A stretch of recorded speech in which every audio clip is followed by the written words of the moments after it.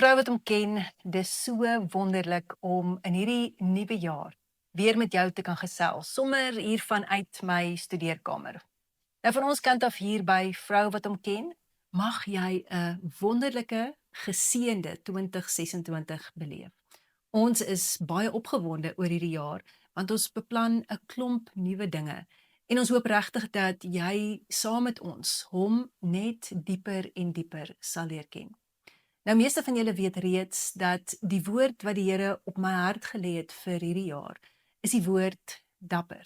Nou Josua 1 vers 9 sê, my opdrag aan jou is dat jy sterk en dapper moet wees. Moenie bang of huiwerig wees nie. Die Here jou God is saam met jou oral waar jy gaan. Nou hy gee ons hierdie opdrag, wees sterk en wees dapper.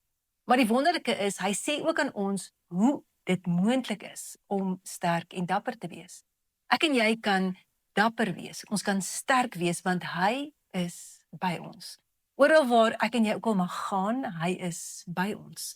In 2026 sal hy by ons wees deur elke oomblik van die jaar, deur elke uitdaging, deur elke storm, deur die op en die af van hierdie jaar sal hy by ons wees. En daarom kan ek en jy sterk en dapper wees. Verklaar dit vandag. Hy is by my. Tik dit in die kommentblokkie. Skryf dit neer in jou dagboek. Laat die Heilige Gees dit op jou hart skryf. Hy is by my. Daarom, vrou van God, sal ek en jy dit maak in 2026, want hy is by ons.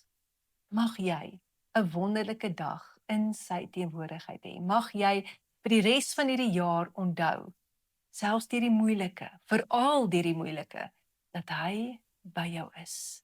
Daarom kan jy sterk en dapper wees. Tot ons weer gesels.